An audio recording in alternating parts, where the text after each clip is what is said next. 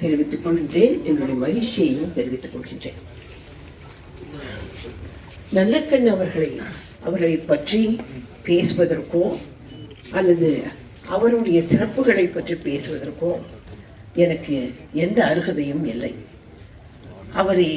அவரை வாழ்த்துவதற்கான விழா இது என்றும் நான் நினைக்கவில்லை. அவரிடம் ஆசை பெறுவதற்காக அவரை நமக்கு வழிகாட்டியாக அவரை மீண்டும் நாம் ஏற்றுக்கொள்வதற்காக அதற்காக எடுக்கப்பட்டிருக்கின்ற விழாதான் இது என்று நான் நினைக்கிறேன். அத்தகைய ஒரு மனிதர் நம் காலத்தில் வாழ்ந்தாரா என்று கூட பின்னால் நம்மில் பலர் நிச்சயமாக மீறே நடந்தாரா என்று என்று என்று ரொம்ப ஆச்சரியமாக இருக்கிறது.